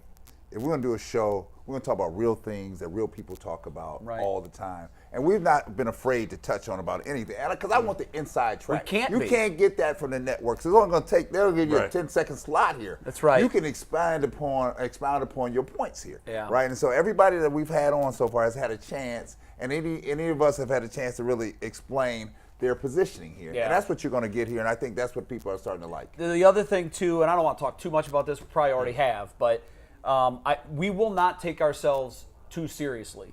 One of the reasons we read the comments from the internet is because we know that when sports fans are tough critics when it comes to shows like this, they're going to see things they hate, and they're going to tell us. Yeah, and next we're week okay with sharing that. Next week I'm reading all the hate tweets, fat comments. You look terrible on TV. Hate mail. Whatever. You think we suck? We're gonna read them all. Yeah, we don't care. We really because don't. It's gonna be funny. And the thing of it is, like, everybody has an opinion. There'll be days you watch us and you think that we're all yelling too loud and you can't hear anybody. Probably. But it's very similar to a sports conversation that you have in your buddy's house when you're watching a football game. Guys are loud, talking over each other. They're trying to make their points. I think the reason we're like that is because it shows our passion. I have such love for sports, but more importantly, Cleveland sports, that sometimes I have to realize I got to turn it down 3 or 4 clicks because my passion's off the charts sometimes. Bull, you're very passionate about that. So you're going to get the raw Bull, and Jay, and Brad, and G, and hopefully this is going to become the ultimate Cleveland sports show. We titled it that because that's what we want to become. But I think that that's what we are going to become. That's my hope, and we're going to rely on you guys to keep us honest. I'll give you a Cleveland take to use Cleveland sports, right? So we're all passionate about Cleveland sports, right? So I'm playing for the Chicago Bulls, right? So we fly into Cleveland to play the Cavaliers, obviously. And I would tell you that our teammates, and Jordan included, would be like, oh, Lord, we're flying into Cleveland. So you know only the 2 people on the team that defended Cleveland, although we play in Chicago, Charles Oakley and myself defended Cleveland to the fullest. Like, you don't be talking about Cleveland like that, right? Now we're going to go in here and try to smash them. But you don't be saying nothing about it. You know what? It's like when someone says something, like when I was in the Northeast, there were a lot of people, Cleveland's just an easy target. And I used to say, look, I can talk about Cleveland like that, but you can't. Right. It's like your sibling. Yeah. You know, family member. I can call my sibling stupid, but if you call my sibling stupid, it's going to get real fast. Well, as a relative newcomer, even though it's 11 years to Cleveland, what I say to people is when they say something bad, like my friends say something bad once in a while about Cleveland, take a shot, and I always say, well, what is it that you don't like about Cleveland? And they're like, well, I don't know. I've never been there. That's the key. So how would you know that you don't like it? Come visit us and then tell me. Every one of my friends that has come to visit, when they leave, they're like, man, Cleveland's awesome. Yeah. Every one without exception. Well, in 2016, when we were really the epicenter of everything that was going on, you had the NBA championship, you had the Major League Baseball's World Series, you had the 2016 Republican National Convention. Right. I had so many friends from the national media that had never before been to Cleveland that would go out of their way to either text me or call me and say, bro, I get it now. I never got it. I never understood why you loved Cleveland so much, aside from the fact that this is the area of the country I'm from. But I always would tell them the same thing. Before you throw darts, go check it out. Right. And then if there's something you don't like about it, that's fair. I live here. There are things I don't like about it. But for that to be your lead card when you're talking about Cleveland, it's lazy. Yeah, it's lazy, what it it's is. lame, it's lazy. It's weak. Yeah. Okay, so Mikey, do you want to go to Greg now? No, we got Greg. He literally just got Greg. All right, here we go. Beautiful. So we told you earlier that we were going to be joined by Greg Newsome, which really we've only been on for 5 days, but he's our first active member of the Browns. We've heard from all kinds of former Browns through the week. So without further ado, Greg Newsome, second-year guy on the Cleveland Browns. Greg froze up on us. He froze up on us. So let's go back to break. We'll come back. We'll figure out We Greg. can break or let's go to break. We're going to go to commercial. We're going to fix the snafu with Greg's signal, and when we come back, Greg Newsome of the Cleveland Browns joins us on the Ultimate Cleveland Sports Show. We're right back. Stay with us. Hey, it's Adam the Bull for the Ultimate Cleveland Sports Show, and I'll tell you what I think of when I think of Cleveland sports. It's that everybody loves it. I've been to other parts of the country, and there's people that love sports and people that don't care. But in Cleveland, everybody cares even a little bit from every walk of life, and that's what makes this city special. Whether it's football, baseball, or basketball, it doesn't matter. The people of Cleveland and Northeast Ohio love their teams like nowhere else in the country. News you can trust should be news you can rely on. And every night at 11 on What's Next, you can rely on us. A new legal twist for Brown. Today also marks the beginning of We're here, and we are going to continue. So the Guardians have to play almost. You can rely on us to help you go to bed better informed with stories that prepare you for tomorrow. And with news that's relevant to your life. We'll make sure that you're ready for what's next. Because being ready for tomorrow is what matters most. We face challenges every day, some bigger than others, and we never know what's around the corner. Through the highs and the lows, whatever we face it together. Each morning on Go, we are here with the facts, because what impacts you impacts all of us. And understanding those facts helps us to make informed decisions for our families, our communities, and our future. We are here for you every step of the way. Go, weekday mornings, 4:30 to 7 a.m. Cleveland sports to me is bigger than anything. It's bigger than some people's marriages. They say the Dallas Cowboys are America's team. No. Dallas is not America's team. Cleveland is America's team. And sports in Cleveland is a religion. It's a way of life. It doesn't matter where you're from. It doesn't matter how much money you make. It doesn't matter. Sports is a way for people in Cleveland to get together, and it's something that can't be replicated in Cleveland. Sports is a thing. So awkward. All right, we're sharing a laugh here on the Ultimate Cleveland Sports Show during the commercial break. We're probably going to tell you just about everything we talk about, even in commercial breaks, but not this time. You're gonna hold that one. You're gonna hold that one. Yeah, but a lot of the stuff, it's all open and on the table. All right, without further ado, let's bring him in. Greg Newsome had a good rookie year. There he is. I know the one thing that if he looks back on his season, he probably wishes that that maybe he could have been ding-free without the injuries, but that's life in the NFL. Greg, welcome to the Ultimate Cleveland Sports Show. How you doing, man?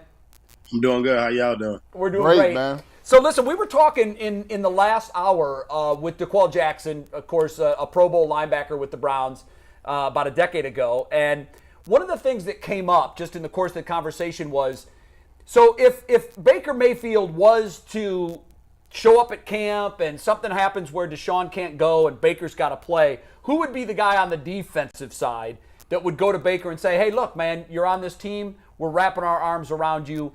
We need you to win. Let's go. Who is that guy on the defensive side that is your rock? He's your leader. He's your unquestioned leader. Who is that player? Yeah, I would probably have to say Anthony Walker.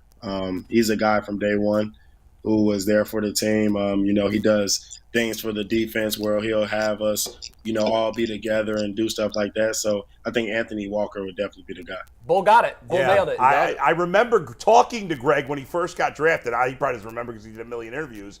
And because you and Anthony played in college together, of course, at Northwestern, and Anthony had a great reputation coming to Cleveland. Remember, his teammates in Indy were crying when he left Indianapolis. That's how much they loved him. Greg, speaking specifically of Baker, though, obviously it's been a tumultuous offseason for him. We know, well, first of all, what was your reaction when you heard about the Deshaun Watson trade? And do you think Baker will still be here in training camp? So, my thoughts with the Deshaun Watson trade, it was crazy. He's one of the, best quarterbacks in the league. Obviously, he hasn't been able to play in a long time, but he's a great leader. He's a great player. And, on the Baker situation, I have no clue, honestly. I'm just wishing the best for him as well because, I love him as a person as well. So, I'm wishing the best for him. What would the mood of the team be if it came to a situation where Baker isn't traded and they've got this $18 million salary that has to be paid, at least right now, by the Browns? If you were told by Kevin Stefanski that we've got a suspension we got to deal with Watson, Baker's going to be our guy for the first 4-8 games, what would the reaction of the team be to that news? I mean, you know, at the end of the day, we got to play and we got to win. You know, we set our standard high, we set our goals high, and you know, no matter who's back there behind, you know, at quarterback, we're gonna rally with them, and we're gonna do our best to win at the end of the day. So, you know, the team, at the end of the day, we're gonna have to go out there and win, no matter who's back there. So, Greg, Brad Sellers here. Let me ask you a question. You're going into your second year in this league now. You had a chance to understand what the league is all about and learn to become a pro's pro. So, as it relates to a situation, and I'm not going to keep dwelling on Baker, but the fact that in the situation he's in, if you sit out, you lose money, right? And you're in the final year of a deal. As a person coming into this league, can you really rationalize sitting out and losing money? Yeah, I know. I just feel like everyone's circumstance is different. You know, obviously, with him, he has a lot to deal with. But it's hard to rationalize it. But at the end of the day, you know, like I said, everyone has different circumstances. You know, everyone's story is different. So, you know, you kind of got to, you know, play the cards that you were dealt. So whether it's him having to sit out, whether that's him being on a new team, whether that's, you know, him taking snaps for the Browns, you know, that's something that him and his family have to decide on and, you know, have to be comfortable with. Let me ask you this here. Going into the upcoming season here, having a year under your belt now, how excited are you about this upcoming season and the opportunities and chances to do something special here in Cleveland? Oh, I'm super excited. You know, the first season didn't go the way that we wanted as a team. You know, I think I played solid. I played all right, but, you know, I got a lot left in the tank. And, you know, going into year two, I kind of at least figured the league out a little bit more than obviously going in as a rookie. So I'm definitely excited for this team, and I know we have very high goals going into this next season. You know, Greg, you know, we've had some nice, serious questions so far, but let's get down to the real brass tacks. I've been watching your game on and off the field, and one thing that I've noticed as I've been doing, you know, my research is, man, you a fly dude. You a fly guy. Listen, your shoe game is ridiculous. I see you with some all red J's. I see you with the leopard cheetahs print spikes. Those cleats, were nice. right? Do you feel? First of all, I'm gonna get two questions here. Do you feel like you got, you know, one of the better shoe games on the Cleveland Browns right now? There we go. Easily. Yeah, easily. That's something that I like to do. Like that's one of my things. I love shoes, so you know, I always be buying shoes all the time. I got the cheetah print. So. Yeah, those are fresh. I like getting shoes, so I definitely would say I'm up there to have one of the best shoe games for sure on the team. So let me let's get to this for all the sneakerheads out there, man. So, you know, I'm a shoe guy myself.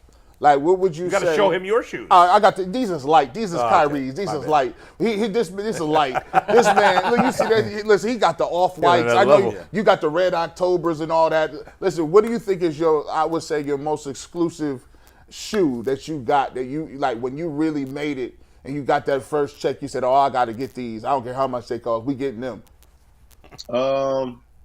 I just got the Travis Scott Lowe's dunk. There you go. Oh, don't do it to me. There you go. The Travis Scott Lowe's.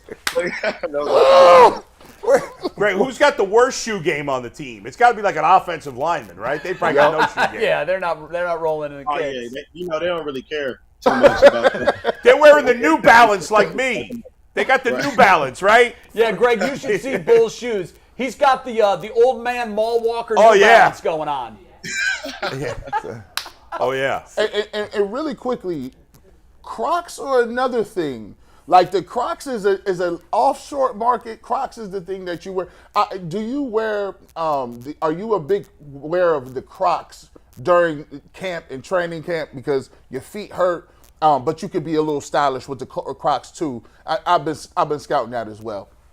Yeah, Crocs, like, for me, I just like to be comfortable, honestly. Like, going into the building, I don't really wear, you know, some people come in there all dressed up. I'm cool with that. I'm going to put on some jogging pants, put on some Crocs, and put on a hoodie and get going. It's just something I can just slip on real quick. So that's just one of my favorite shoes. Greg getting ready to go to work, you know? Hey, Greg, on the field, getting back on the field here for a minute, because you had a tremendous rookie season. You're part of an excellent backfield. You were banged up a little bit. Denzel's, guys have been banged up, but you got so much talent there. What was two things? One, what did you learn from Denzel, who just got obviously a huge extension, well-deserved, great player? And two, what was your welcome to the NFL moment? Yeah, so the thing I learned from him the most is what I say all the time is like, as a rookie, I came in, obviously had some things to work on, had some things to fix, and I was trying to do it all at once. But, he told me, like, you have to choose one thing every single day and just focus on that. And then as you keep doing that, then you'll, end up getting better. So I seen myself improving a lot, during the last season just from him, doing that. But welcome to the NFL moment. I think my whole entire OTAs in my rookie year, like, I was playing well, but honestly, I was just like, dude, like, I know they drafted me, but, like, am I good? Like, am I good? Yeah, you are. I couldn't, like, I don't know. I just couldn't, like, I didn't have that confidence, that I had going into the season. And I just feel like I couldn't guard anything, like, because, when you go on the field in the NFL, it's no matter who you guard, like, everyone's good. So you kind of got to have that, mentality of, being ready to play every single day. And at the end of the day, everyone's trying to feed their family. So you can't take any reps off. The guy, I'm sorry, Greg. Great point. Greg, the guy you least enjoyed covering in your rookie season, who's the toughest cover for you so far? Honestly, I would probably say Deontay Johnson. Wow. I love his game. I really love his game. He's like a smaller guy, so he's, real shifty, real fast. But I would say he was the one that I really had to, hone in on my technique and everything the whole game. Yeah. When we talk about cornerback position for the laymen out here, that people, regular fans, they kind of don't get what DBs do. Can you kind of explain the difference between playing the outside corner as well as playing? What's the difference between playing the outside guy that's taking on a number 1 or number 2 receiver, or as opposed to playing inside where you may be guarding a slot receiver? Like, what's your mindset that changes, or is there a mindset change if you playing on outside or whether guarding somebody on the inside in the slot? Yeah, so I mean, your mindset definitely changes. When you're playing in the slot, when you're playing inside, you tend to have more help. You got your linebacker right there to the right. You also got the corner outside to the left, and then you got a safety who normally is in the middle of the field. So you tend to have a lot more help. Now, when you get to the outside, you definitely have to have a mindset switch. It's like you're playing one-on-one the whole entire game. So, you might get help, but you should never expect any while you're playing outside. So, Greg, I'm going to go back to what you just talked about as you're learning. Because as a pro, you will doubt yourself in your first couple of years trying to figure out, do I really belong here? Because you're trying to figure out how to make it. Who was the person that helped you along the way to make sure? Because as you're growing in confidence, right, you're here for a reason, right? They draft you in a position because they see a skill set that you can bring to the table that's going to help this team. You have to grow into that player. Who's that person in the locker room that helped you as you're trying to grow into that player? Oh, Troy Hill, without a doubt. That's like my big brother. I still talk to him to this day, text him pretty much every week. But he was a guy, like, as you see in practice, like, I'm stretching, I'm always standing right next to him. He's always teaching me ways to watch film, do all that stuff. So I don't think I would have been, ahead of the learning curve and playing as well as I did without Troy Hill, for sure. It's definitely Troy Hill. Greg, what's it like playing behind Myles Garrett? Because we watch him and we're like, my God, this guy is such a freak. He's one of the greatest athletes I think I've ever seen in my life. He's a physical specimen that can't be matched. Playing with Myles Garrett, what's that like? Oh, it's easy. Yeah. Like, it makes my job so much easier. He gets to the quarterback in 2 seconds, so the ball has to come out. Obviously not many corners can say they play with a guy like that. So for that to be my guy, the cornerstone guy on the team, my rookie year, and going into the rest of my career is just amazing. It makes my life 10 times easier. I appreciate him as much. I know he appreciates me too as well, but I definitely appreciate him up there in front. That clock ticks a lot faster when you got a guy like Myles coming out there. Hey, Sure. I know that you've probably checked it out, and we've talked about it at length today, but did you go through the schedule, and what are your initial thoughts? How would you characterize the Browns' 2022 schedule? Oh, it's going to be amazing. I was able to check it out a little bit. I didn't see too much of it, but we're excited. We got, I think, Carolina first. New York is our home opener, so we'll definitely be ready to go. And I see we get the Steelers on a Thursday night. We get the Bengals on a Monday game. So that's going to be fun. I just can't wait to get started. Is there one game that you circled right away? I know everybody always looks at the first game, but as you look at all 17, which one got 2 circles around it for you? Oh, definitely the Monday night game. Yeah, that's what I thought. It's going to be bananas in that stadium, Greg. It's sure. Halloween, Monday night, in-state rivalry. Hopefully Watson against Burrow. It's going to be crazy in Cleveland that night. Hey, fam, let me ask you something real quick. Hey, man, where you at right now? I was thinking the same thing. My gosh. That's a mic drop. Northwest is in the building. Northwest is in the building. Hey, that was the biggest flex I've ever seen. He like, I'm in a... You know what he said? That's not all of them. Here's what he said. Who needs lighting and curtains when I got this on the floor? Oh, my gosh. Greg, that's a mic drop. Our producer, Mikey McNuggets, has a question for you. Mikey, go ahead. Hey, Greg, I was doing some research. I saw you ran a 4.3840. Looking at the panel on your screen here, we had this debate last week. Who do you think's the fastest of the 4 out here? It's easy. Definitely me, Greg, right? Dang, who is the fastest? Yeah, I don't know. Maybe where are we talking about now? Maybe back in the day, like, you know what I'm saying? No, right now. Yeah. Today, if we went out right now, we ran the 40 right now. Bruh, it's only one, bruh. It's Jay. Bruh. It's only one, bruh. Brad only has to take 5 steps to get to 40 yards. He's the youngest. He's the youngest one here. Hey, I'm going with the youngest for sure. Hey, G got it. Hold on, easy. Greg, you ran track and field, didn't you? Oh, for sure, yeah. You long jumped, didn't you? Yep. All right, my son is currently ranked 9th in the world. He jumps 27 feet. You want to think about that real quick? That's my boy. He's my clone. It's not you. He's my damn clone. He gonna take that man's credit. That's the son. Man, be quiet. That's your son. He's got all of it. Be quiet, Jack. I got a top 5 draft pick coming out here in a little bit. Don't be talking about that. Here's what I will do.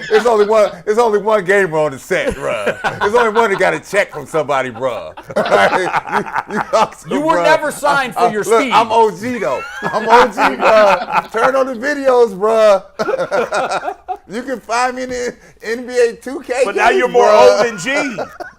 Don't matter. I live in infamy on video. You do forever and ever. There it is. He will get to the 40-yard line in 5 steps. So he does have that going for us. So Greg, as you look back on your rookie season, what was the biggest challenge from a team standpoint, not individually, but you guys had some things going on. And from the outside, we always try to look in and figure out what the biggest challenge was. As you look at it in your rearview mirror now, what was the biggest challenge internally as a team? Yeah, I think honestly is what you said, the injury piece. We weren't able to gel all the way as a team because, we didn't have that many reps together with each other.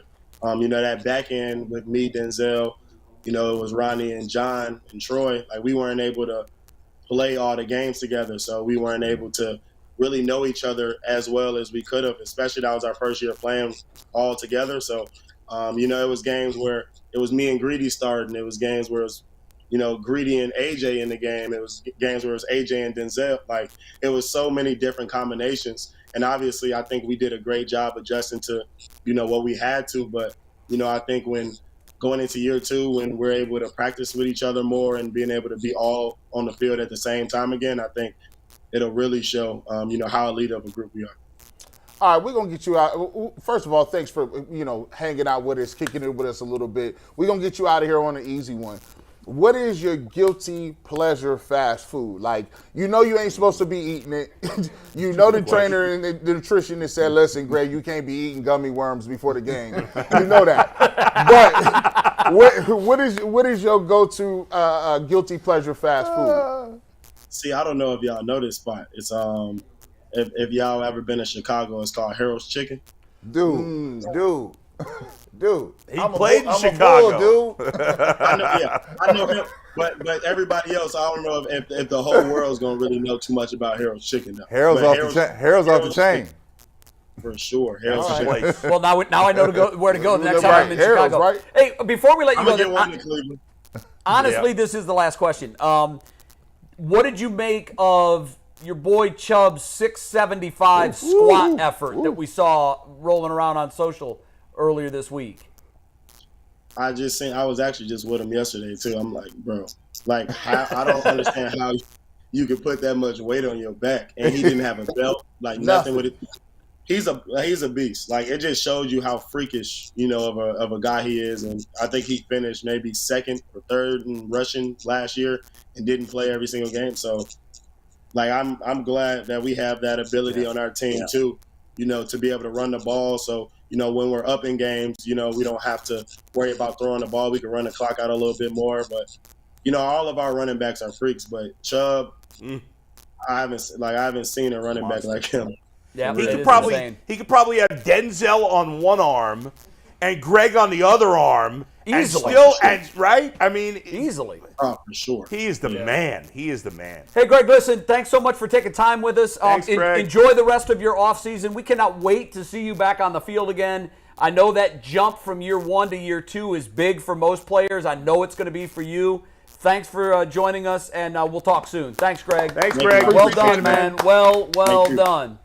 And, I don't blame him for not readily picking me on the 40. He doesn't know yet. Yeah, he doesn't know. I'm not going to hold that against him. Yeah. But we're going to settle this, boys. One way or another, this will be settled. 6 You understand months. that? G and I start our weight loss challenge on Tuesday. What's that going to be? What do you mean? You guys are going to see. We're going to weigh in every Tuesday before the show. Oh, you're going There's like public with it. There's like a 1950 scale in the back. Yep. We're going to weigh in every Tuesday, and then we'll keep our weight totals on because we weigh around the same ballpark. We both unhealthy. We both. So what did Jay and I do? What do we do? We watch and laugh. We just enjoy it. Y'all hang out on the boat. Yeah. So y'all do. We'll teach you how to eat with your well-done steak over here. Hey, I admire, though, you're going to put it all out there, man. We got to do it. We got to do it. That's We're gonna motivation. push each other That's and motivate motivation, each though. other. Yeah. All right. Good luck to you guys. It's not easy, but I have faith in both of you. I know you can do it. So 6 months from now, when we're a little in better shape, then we'll do the 40. Yeah, No, right. we should do it now and do it 6 months from now. I'll get hurt. Is Tech giving out insurance? We're going to break. When we come back, this is one of the craziest things that we're going to talk about today. The opening line for week 1 is already out for the Browns. How the hell did they set an opening line? I don't even know who the quarterback's going to be. We'll talk about that when the Ultimate Cleveland Sports Show continues. Hey, it's Adam the Bull for the Ultimate Cleveland Sports Show, and I'll tell you what I think of when I think of Cleveland sports. It's that everybody loves it. I've been to other parts of the country, and there's people that love sports and people that don't care. But in Cleveland, everybody cares even a little bit from every walk of life, and that's what makes this city special.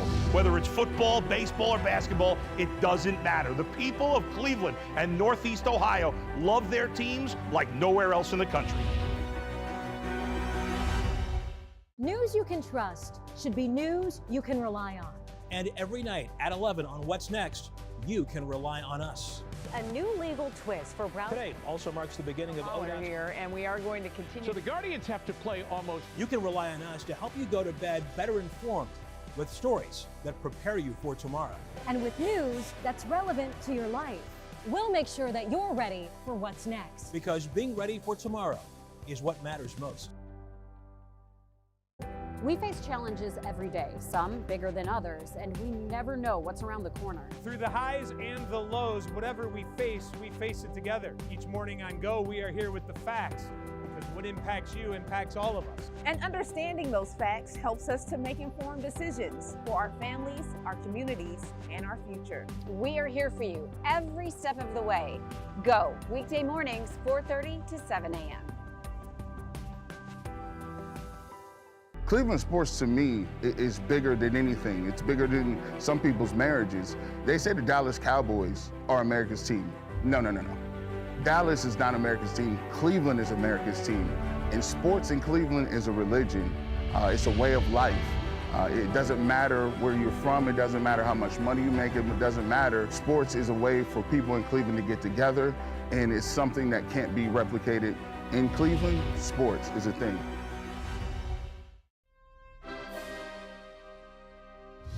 Back, let's run through some topics real quick. MVP vote. MLB.com, once a month, at the end of every month, they ask managers and baseball execs to weigh in on who they would have as the MVP right now. In the American League, Mike Trout is the current pick for the MVP. He's getting 61% of the vote. Jose Ramirez is second, getting 16% of the vote. Quick roundtable thoughts on that. Jose Ramirez, I've been saying for a while, is one of the 10 best players in the league. You guys were arguing with me a couple of weeks ago. He's been one of the 10 best players. He's even underrated by you, a giant Guardians fan. I am. He would be the MVP to me, although I think voting for an MVP in baseball in 5 weeks is stupid. It is stupid, but so is trying to pick 17 games when the schedule comes out. Fair. But that's what we do. Fair. Well, Jose Ramirez for sure is the MVP of the league. Trout is out in front because everybody knows Trout, right? Sure. So if you're around here, he is having a great year. Watching what he's doing, it's no question he's the MVP of it so far. All right, what do you have? I totally agree, and you forget how many plays he makes defensively. He just made it play defensively. Well, Trout does too, though. Hey, but I'll tell you what, at that hot corner, it looked nice. He does make it look so effortless down nice. there. The other night when they won in the extra innings game, the crazy game, he made a play at third base with the throw to first. That was a great pick by Naylor. That play was lost in the mix because of the grand slam and because. Right. But if he doesn't make that play, game's over right there. Right. And he doesn't even look like a good athlete. He doesn't look He like a shouldn't good athlete. be an MVP. No. He's a short guy that walks with swag and bounces back and forth. I don't know that he is chubby, but he looks a little chubby. Yeah. Probably not. No, he's but not. He just kind of looks. But yeah, his frame is. You would if you put Trout and Ramirez side by side, no comparison. and you didn't know anything about either one of them, you'd say, "Oh, this guy passes the look test." Yeah. One thing I'll say quickly. So yes, Trout is having a great year. He was injured last year, and his team is winning. That's we also have to take that into account. They've got 21 wins, 12 losses. Guardians are 15-15. Trout leads in home runs. J-Ram leads in RBI. But here's why J-Ram is the MVP. It's the most valuable player. Yeah. Trout's paycheck is $37 million. J-Ram this year is making $12 million. He makes 33 cents for every dollar. Fair. I don't factor that into my vote. I know you don't, but you should. We're talking valuable. Yeah. You're talking valuable. And here's the other thing. Trout's loaded with superstars on his team. Loaded with great players. And better lineup around and J-Ram is looking around saying, is this it? When's the cavalry coming? Nice young guys, but he doesn't have Ohtani. He doesn't have Rendon. He doesn't have the kind of staff and clubhouse that Trout has. So, and besides, J-Ram, just in terms of the fun to watch, breaks the meter. 100%. Trout does it all and does it in an effort where doesn't really run anymore though, and J-Ram still does. And J-Ram can still run. Okay. Next topic. Where do you want to go from here? We're talking about WNBA expansion, possibly. Okay, no, that's fair. WNBA has 12 teams. They're talking about expanding to 14. Why are we talking about this? Brad's hot on it. Yeah. So you tell us why this matters, and does Cleveland have a chance at getting a team? Yeah, well, it matters. I'll leave Cheyenne Sellers out of it because her time is coming 3 years from now. But what has happened over 25 years, they've taken time to grow the WNBA to what it is today. It's taken longer than probably they wanted to see, but you have now inspired a bunch of women and young women in this country to get better, right? You have created a product. What you now are doing is undermining your product because girls that are being drafted in the first round and trying to should make a WNBA roster are getting waived because of the salary cap rules here, the limits of teams here. They don't have enough teams, markets that should have teams and players that don't have markets. So now you're undermining this thing. There's an expansion that's needed. And I know that the WNBA is talking about two. Adding two now. But it's not two. You need four, right? And let me just say, the NBA cannot walk away from the WNBA. It is on the verge of busting through. If you did not see the collegiate NCAA tournament for women, right, and the following that's out there. Oh, that's grown over the last decade. Here, and I'll just take you in the AU basketball. You know where they make the money? It's not in the men's, the young boys playing AU basketball. The money that is made women's. Really? Yes. Oh, you go to a women's tournament, a girls tournament, it by far, by volume of people, is on the women's side. Wow, no kidding. So this is where it is, right? Yeah. So they have to catch up at the top what's happening at the bottom, right? Yeah. And so I like to see, I know when the Cleveland Rockets were here, right? Mm-hmm. I was a season ticket holder. Sure. I love to see it 25 years ago. I would like to see that return. Is that in your mind, is that viable? Because we've lost a team. Is the league willing to take a second chance on us? How was the attendance? Was it bad? So it was decent attendance. The problem is it was before its time, right? So the league is going to go where the market is, right? Sure. And then not just the market, but the franchises that chase the desire to have a WNBA team, that's where they're going to go. Okay. Right? Because they feel like that team's going to support it. I know I'm doing some reading on it. The two cities that feel like slam dunks would be just the Bay Area in San Francisco, whether it's in Oakland or San Francisco. They feel like that a team would work there very well. And also Nashville. Nashville has supported a hockey team. They knew nothing about hockey. Well, but they dropped a hockey team there now. They have the best fan base in the NHL. You have to know that in women's sports, for women's basketball, California's a big market. Yeah. Tennessee's a good market. Huge. Right? Yeah, Ohio's absolutely. a great market. Will Columbus be a viable city? Well, the problem with you need a WNBA, you need an NBA franchise to take ownership of the team. Yeah, so right? you want the NBA team you need in the that infrastructure behind it to make the franchise work. Dan's got the money. Yeah. He does have the money. The question is, and it all comes down to TV dollars. If they had a huge TV contract, that's why the Bay Area is the 4th largest television market. It's all about how many eyeballs can we get on our product on TV. Correct. Yeah. And only being in 12 markets, those contracts are very small. That's what's pulling the freight on paying the salaries. Right. If they can ever bust out and be in some big TV markets and get good numbers, they would get a big contract, and that would never be a problem. Because I agree with you. A first-round draft pick should never get cut because they can't fit in under the salary They're not cap. getting cut for talent. They're getting cut because of for finance. dollars. So you're a victim of your own success. Right. Couldn't you put a team in San Francisco and another in Oakland? We couldn't. Yeah, but you'd be undermining Yeah, yourself. you could, but you probably wouldn't want to do that. You'd want to yourself. spread it out as Right, much as you could. What was that, Mikey? No, I don't. Are you guys hearing a buzz? No. Then keep going. Okay, I'm not hearing a buzz. Sorry, bro. All right, let's move to this now because this is absurd, but we started the show on an absurd note. Yeah. We all went around the table and said, oh, I've got the Browns with 11 wins if Deshaun plays. I've got them with 9 if he doesn't. It's an actual exercise in futility. It's a joke. It doesn't mean anything. We don't know who's going to be what. Right. Yeah. But in that same vein, the Browns are a 4.5-point underdog favorite in Week 1 when they go to Carolina. We don't know who the quarterback's going to be for the Browns. We don't know who the quarterback's going to be for Carolina. They drafted a guy, and they still have Sam Darnold. Yeah. We don't know anything about what's going to happen in Carolina, but they're a 4.5-point favorite. Do you like them? Are you betting them right now? If I had to bet today, you had to. I'm going to assume Deshaun's going to be playing for me, and I like the Browns. Yes. Okay. I'm agreeing with Bull. I've assumed that Deshaun's going to be playing. I like the Browns when Deshaun Watson is under center. Yeah. If Deshaun Watson is not playing, I would still pick him ahead of the Carolina Spread Panthers. would change. Yeah. The spread would absolutely change. Yeah, it would change a little bit, but I still got Nick Chubb. So what's fascinating is as we sit here in the second week of May, the first game on the Browns schedule, it's just entirely possible Baker Mayfield could start for Cleveland or he could start for Carolina. You've never been able to say that ever before that I can think of in the NFL. It's a good point. And the spread reflects, I believe, the unknown. Because if we knew for sure Watson was playing, they'd be favored by a touchdown. I agree, and I'm going to take the Browns in that 4.5 all day long, with the assumption that he'll Jay, be. Can I jump back in on something that G. Bush just said, right? Yeah. He said, we have Nick Chubb. Does Stefanski know we have Nick Chubb? Yeah, can you tell email Stefanski? Can we DM you? I'm looking at the sideline. DeQuell even He's agrees on the with sideline. Like, you have Nick Chubb. There's big moments. Nick Chubb gets plenty of touches, but in the big moments he does. Off and I drafted Nick Chubb. It's a big problem. I've drafted Nick Chubb. I've drafted Kareem Hunt. It's so nerve-wracking when you at the goal line and they got 75 fullbacks and tight ends in the game. I'm like, listen, man. Just take one of them tight ends out. Yeah, but you're doing it for selfish reasons. You want your fantasy team. I'm just looking as a fan. Well, for both. You want your best player in the game at the best time. And we know who that is. Don't overthink it. Give it to your best. Nick Chubb's the best player on the offense. Your best. Yeah. That's like in a basketball game. I'm not giving the ball to Jordan. Those two Jordans, Pip, you shoot the ball. No, we're going over here because I got a better chance with you. Even if, like, we've seen Nick stuffed at the goal line a lot, okay? Yeah, he doesn't get in every time. No. But if he's on the sidelines in a raincoat, I'll guarantee you the defense isn't worried about him. Right. But if you split the backs, and it doesn't have to be Chubb and Hunt, maybe throw Stanton in there, throw a fullback in there, move a tight end in motion, whatever.